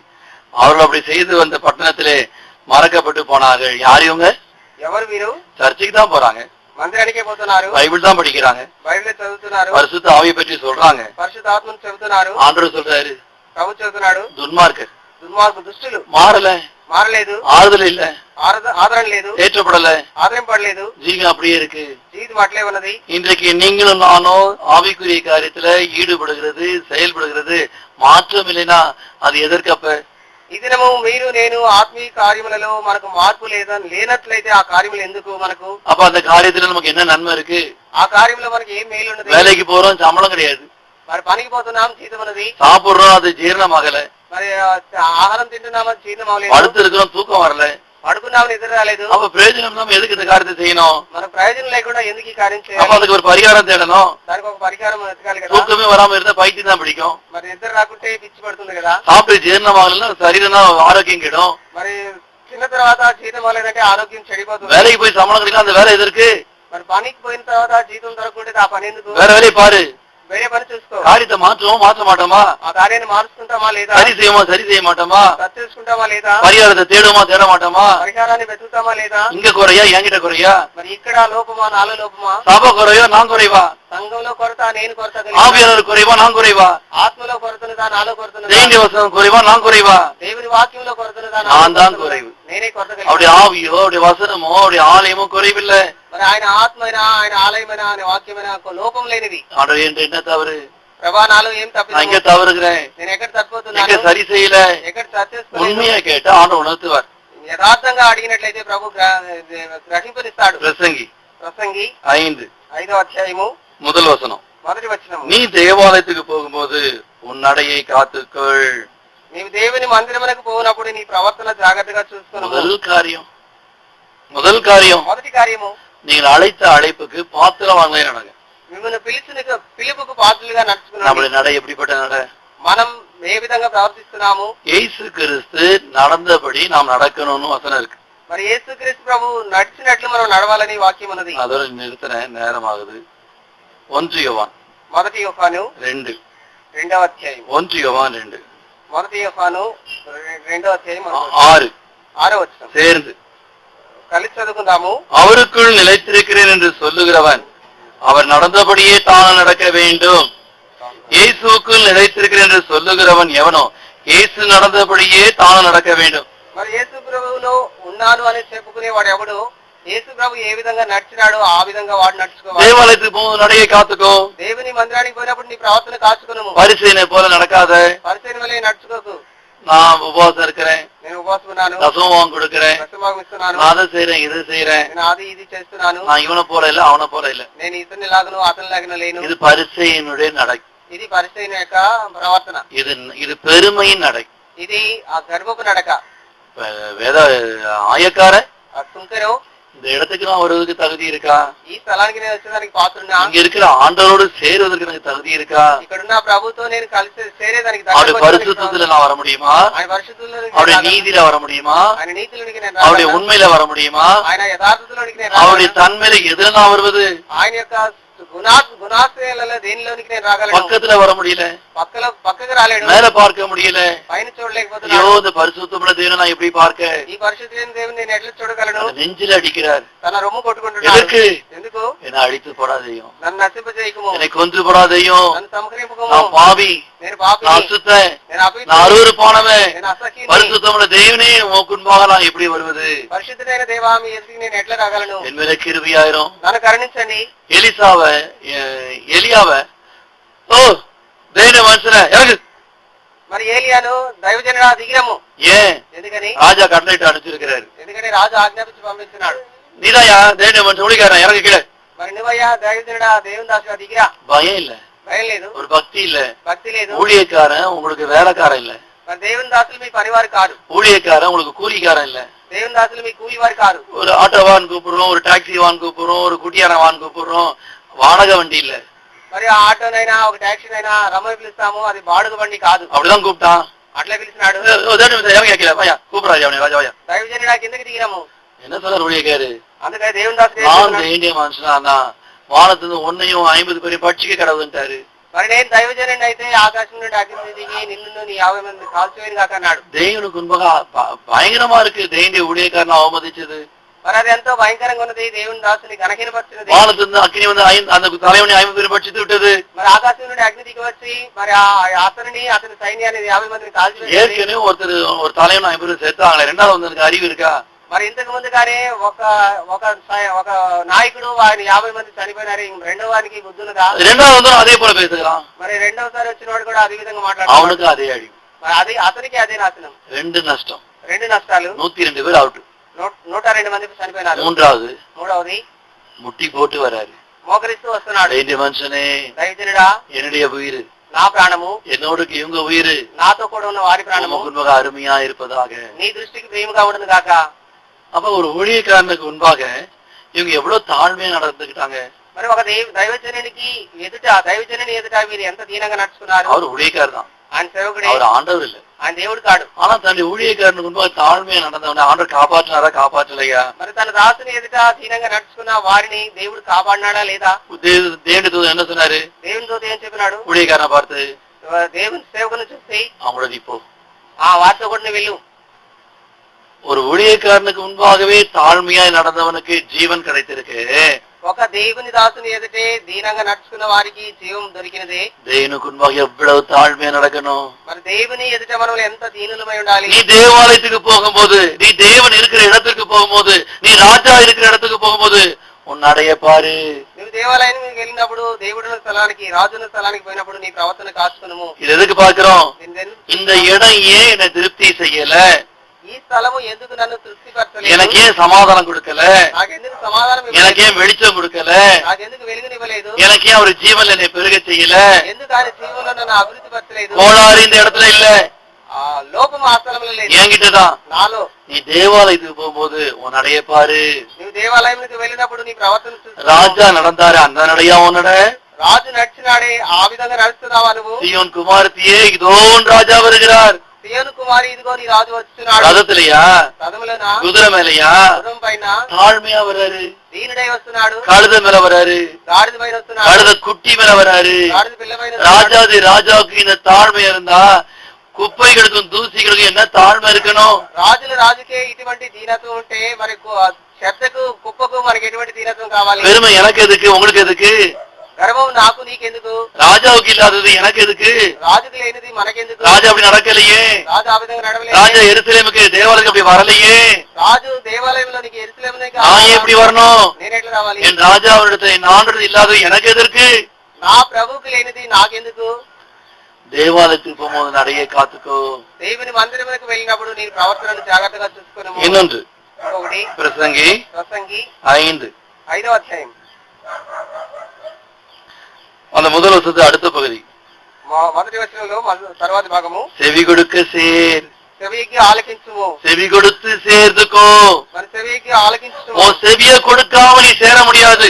మరి నీవు సమీపించకుండా నీ చెవిని కూడా ఆలకించలేవు. குமாரத்தியை கே, కుమార్తె వినుము. உன் செவியை சாய்த்து சிந்தித்துக்கொள். మరి నీ చెవినిచ్చి తలంచుకునము. உன் தகப்பனை விட்டு மறந்து விடு. మరి నీ తండ్రి ఇంటిని మరువుము. அவர் ராஜா, ఆయన నీ రాజు. அவர் உன் அருகில் பிரியப்படுவார். మరి నీ సౌందర్యం ఆయన அவரை ప్రియపడతాడు. பணிந்துக்கோ. ఆయనకి నమస్కరించు. உன் தகப்பன் சாத்தான், మరి నీ తండ్రి సాతానుడు. உன் தகப்பன் விடிந்த உலகம், మరి నీ తండ్రి ఈ లోకము. உன்னுடைய ஜனம், உன்னுடைய இனம், இந்த உலக மக்கள். మరి నీ బంధువులు నీ జనము ఈ లోకము. மற వారిని మర్చు. அவனுடைய காரியங்களை மற, వారి కార్యములు அவனுடைய செயல்களை மற. వారి క్రియలు நீ మరువుము. செவி கொடுத்தாதான் என் கூட சேருவ. మరి నీవు సమీపించి ఆలకించితేనే నాతో ఉంటావు. ஆண்டவரே, இந்த செவிய உங்க குத்துங்க. ప్రభా ఈ చెవిని మీరు కూర్చోండి. எதற்கு குத்தணும்? ఎందుకు కూర్చోవాలి? எஜமானே உங்களை நேசிக்கிறதுக்கு, యజమానుడా మిమ్మల్ని ప్రేమించు. எஜமானே உங்களை சேவிக்கிறதுக்கு, యజమానుడా మిమ్మల్ని సేవించు. எஜமானே உங்க சத்தத்தை கேட்கிறதுக்கு, యజమానుడా మీ స్వరం వినుటకు. எஜமானே உங்களோடு எப்போ இருக்க. యజమానుడా ఎల్లప్పుడూ మీతో కూడా ఉండుటకు. இப்ப வேண்டிய வீட்டுல நீங்க தானும் நன்மையை பெறலைன்னா என்ன குறைவு இருக்குன்றத நம்ம கேட்கணும். దేవుని ఇంట్లో మీరు నేను మేలు పొందలేదంటే ఏం కొరవలదో అడగాలి. என் நட சரியில்லையா? నా నడక సరిలేదా? என் நட ராஜாவை போல இல்லையா? నా నడక అనేది రాజులాగా లేదా? அந்த ராஜா தாழ்மை நட. ఆ రాజు యొక్క నడక దీనమైనది. அவர் இந்த உலகத்துக்கு வந்ததே தாழ்மை. ఆయన ఈ లోకానికి వచ్చినదే దీనుడే. அவர் பிறந்த இடமே தாழ்மை. ఆయన పుట్టిన స్థలమే దీనత్వమైన. அவர் வைத்தாங்களே யோசேப்பு மரியா, அவங்க தாழ்மையானவங்க. మరి ఆయన్ని ఉంచినారే యోసేపు మరియా, వారు దీనులు. அவனுக்கு ஒரு முதல் பிறந்த மகனுக்கு காணிக்கை கொடுக்கறது கதி இல்ல. మరి ఆయన మొదట పుట్టిన కుమారునికి కానుకనిచ్చేదానికి గతి లేదు. காணிக்கை கொடுக்கறதுக்கு தகுதியற்ற தரித்திரருங்க. మరి కానుకిచ్చేదానికి ఎటువంటి అర్హత లేని దరిద్రుడు. ராஜா ஒரு ஏழை குடும்பத்துல போய் பிறக்கிறாரு. రాజుల రాజు ఒక బీద కుటుంబంలో పుడుతున్నాడు. தாம் பிறந்தது போது மோசேக்கு என்ன எழுதி கொடுத்தாரு, அந்த காணிக்கை கொடுக்க முடியாத குடும்பத்துல பிறக்கிறாரு. మరి తాను పుట్టినప్పుడు మోసేకు ఏమి అర్పించాలని రాసిచ్చినాడో దాన్ని ఇవ్వలేని వారి కుటుంబంలో పుడుతున్నాడు. எத்தனை பேர் வசதியா இருக்கிறாங்க? ఎంతో మంది ధనవంతులు ఉన్నారు. பவுல் சவுலா இருக்கும்போது பெரிய படிப்பாளி கமாலியன் பார்த்து உட்கார்ந்து படிக்கிறாரு. మరి పౌలు సౌలుగా ఉన్నప్పుడు గొప్ప విద్యావంతుడు గమలీయేల్ పాదముల చెంత కూర్చొని చదువుతున్నాడు. యేసు ప్రభు தச்சு வரையில யோசேப்புக்கு உதவி செய்துட்டு இருக்கிறாரு. ఆ వడ్రంగి పనిలో యేసేపుకు సహాయం చేస్తున్నాడు. படிக்கல, చదవలేదు. என்ன பேர் அவருக்கு? ఆయన పేరేమి? இவர் படிக்காதவரா இருந்தோம். మరి ఈయన విద్య లేని వాడైంది இவர் కూడా. ஸ்கூலுக்கே போகல. ఈయన స్కూల్ పాఠశాలకు, இவர் கல்லூரிக்கே போகல. இவரு ఈయన కళాశాలకు పోలేదు. இவருக்கு படிப்பே கிடையாது. இருக்கு ఆయనకి చదివే లేదు. அவருடைய சிநேகிதரை பாருங்க, ఆయన స్నేహితులు చూడండి, மீன் பிடிக்கிறவங்க, చేపలు పట్టేవారు. நீங்க எப்படிப்பட்டவனா அப்படிதான் அவன் சிநேகிதர் இருப்பான். మరి అతను ఎటువంటి వారు, అతని స్నేహితులు అటువంటి. இவர் சிநேகிதெல்லாம் மீன் பிடிக்கிறவங்க எல்லாம் நம்ம ஏழைங்க. మరి ఇతని స్నేహితులందరూ చేపలు పట్టేవారు, బీదలు. இந்த தாழ்மையின்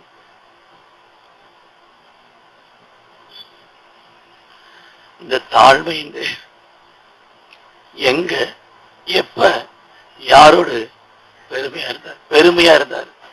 మరి దీనుడైన దేవుడు ఎక్కడ ఎవరితో గర్వంగా అహంకారంగా ఉన్నాడు? ஒரு சமயம் சொல்லுங்க, ஒரு சமயம், ఎక్కడైనా ఒక సమయాన్ని చెప్పండి, ஒரு இடம், ఒక స్థలం చెప్పండి, ஒரு வார்த்தை, ఒక మాట చెప్పండి.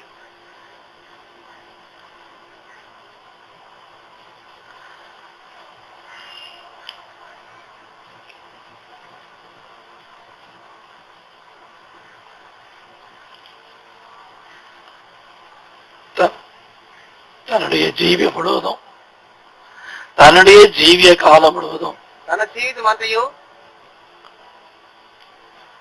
அவர் மரிக்கும் போது, ఆయన మరణించినప్పుడు துன்மார்க்கரோட பிரேத குழி, భక్తిహీనులతో ఆయనకి సమాధి.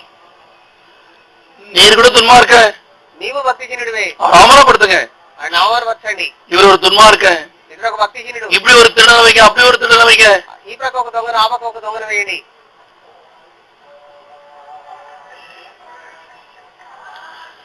கடைசி வரைக்கும் தாழ்வு. ఆయన చివరి పర్యంతము దీనుడు, எல்லாராலும் புறக்கணிக்கப்பட்டவர், అందరి చేత తృణీకరింపబడిన వారు. என் ஆண்டவரிடத்துல இல்லாதது என்னிடத்துல, இந்த பெருமை, இந்த அகந்த, இந்த ஆணவம், இந்த இருமாப்பு, இது எனக்கு வேண்டாம்.